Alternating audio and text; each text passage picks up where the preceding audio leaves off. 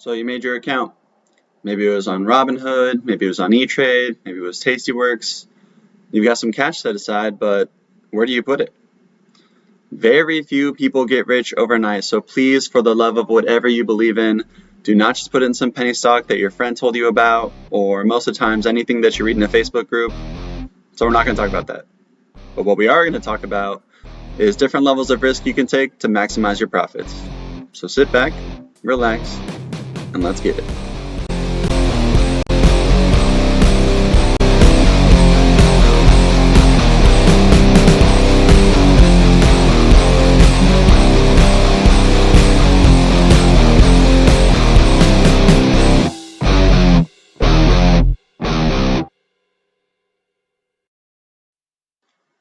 Welcome back. My name is Zach, and as always, I'm your host here at the Divine Dividend. And here at the Double D, we are big in dividend stocks, all right? So obviously, I'm a little biased right now. But what I'm going to tell you is different ways that you can go about like safely investing your money, but also keeping a little risk in there to maximize your profits, all right? So what we're going to start with is talking about how much risk you really want to take. So if you're a beginner investor, you have no idea what you're doing, this is what's going to help you maintain your money and hopefully like grow it over time, but also subject you to like a little bit of risk. So you might be the guy that hits a lottery, but you're putting less money in on your lottery ticket, right? So this way you're not going to lose quite so much, but at the same time you can still realize a lot of profit. Right. In your portfolio, you're going to want to have a large percent of it be long-term holds. Okay. So unless you day trade or swing trade, that can be your riskier part of it, but a majority of your portfolio should be in your long-term holds. So those are predominantly going to be blue chip stocks. All right, so we're going to watch this. So this is just Investopedia. Anytime you don't know anything, like any terminology or how something works, Investopedia is a really good resource. Well, I'm going to play this clip for like 5 seconds, and it'll explain to you what a blue chip stock is. A blue chip stock is stock in a company that has been operating successfully for many years and has a market capitalization in the billions. Most blue chip companies are leaders in their industry. Blue chip is a reference to the game of poker, in which blue chips are the most expensive poker chips. All right, so your blue chip stocks, just really well-known household names, companies that have been around for a long time. They usually have a high market cap, somewhere like in the hundreds of billions of dollars usually. But yeah, they're companies that have just been around for decades, have performed well, and I think I said it in the video, but they are some of the best performing stocks of that sector. So AbbVie's in the medical field, they're one of the top performers in the medical field, so is Abbott, Amazon obviously, and you kind of just work your way down, all right? A lot of these, because they've been around for so long, they make this incentive for people to want to invest in them, and that's called a dividend. Okay, so this dividend, they'll pay you every month or every quarter, depending on the company. But just taking a look down here, I'm sure you've heard of most of these, Apple, Amazon, Berkshire Hathaway. If you don't know what that is the hedge fund that Warren Buffett owns. So most of us probably are not buying one of these, which is crazy.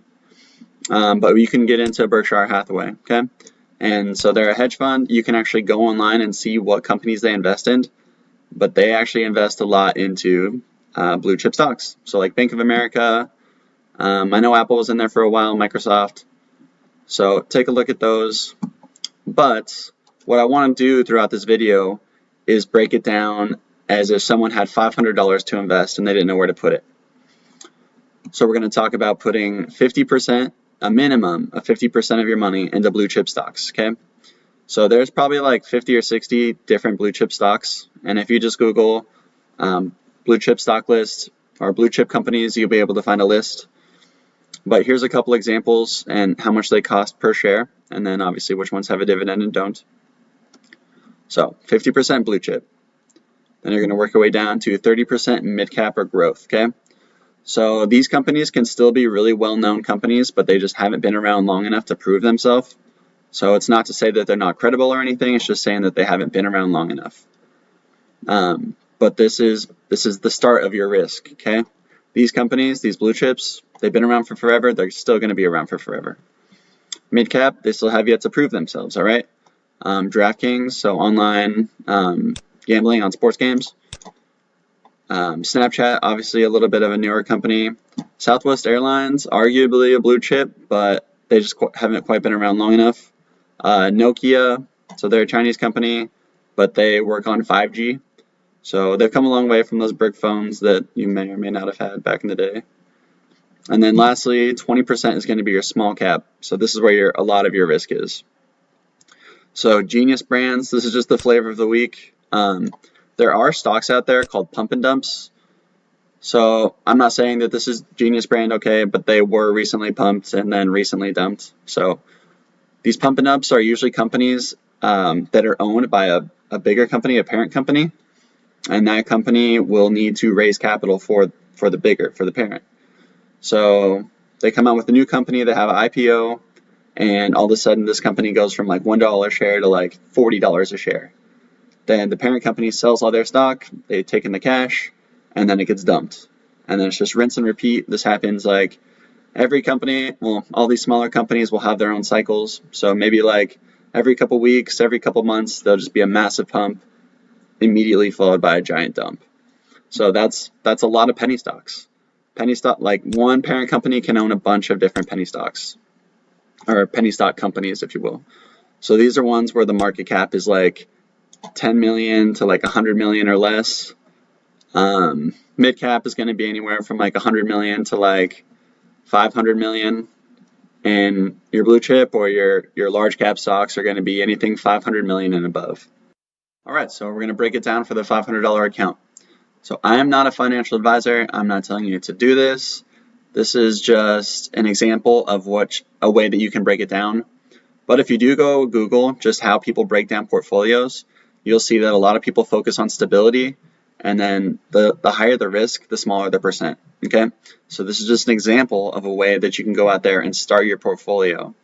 And so say that for you, you're not making as much money as fast as you want to.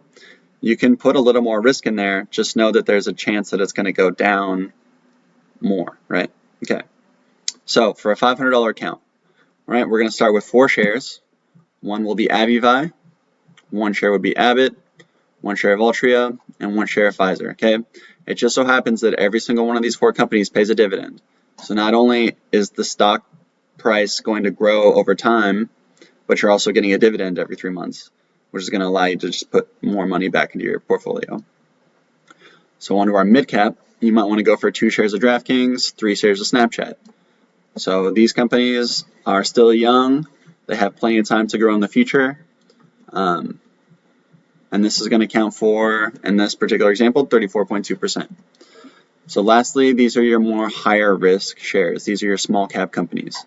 So you got Virgin Galactic, and all of these companies, just do your own research. But Virgin Galactic, they're competing with SpaceX and whatever that one that Jeff Bezos owns. But they're all trying to get that contract with NASA to try and land on the moon in the future. Genius Brands, they focus on child education equipment. I'm pretty sure they were on Shark Tank, but they have a lot of stuff coming out in the future. I think that they want to contract with Marvel, and they have some stuff coming out with Stan Lee at the beginning of January. And if you so desire to buy a penny stock, maybe spend $9-10 max, right? That should be the smallest, that should be the maximum amount of risk of penny stocks that you should put in if you really want to, okay? But so for this particular example, my high risk is about 15%. So this is good if you want your account to grow a little bit faster and everything goes well, all right? If you just want to play it on the safer side, you could bump this up to 60, 70%, and then drop these percents down. But this particular portfolio is going to come out to exactly $500, all right? So all you do from here is just get your dividends from your blue chips, your large caps, and just keep reinvesting them. So as the stock price goes up, as your dividends come in, just keep reinvesting them and you'll watch your portfolio grow. All right, I'm just going to finish off with a few tips. Just a couple things you can keep in the back of your mind as you watch your portfolio grow over time. All right. So one thing I didn't mention was keeping a little bit of cash in your portfolio for a good buying opportunity. So if there's a share that you've had your eye on for a while and it was kind of expensive, all of a sudden it drops $5, $10, $20 over that day, over that week. boom, you have a little bit of cash and you can take advantage of it while it's kind of low. So secondly, pay attention to what's going on in the world.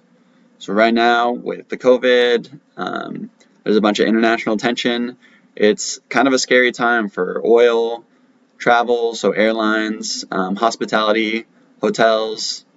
But at the same time, it might be a good time for some of the biotech companies. They can take advantage of the situation because maybe they're making a vaccine, maybe they're coming up with a treatment. Any different way that they can take advantage, they'll find a way. Next is don't get greedy and take your profits.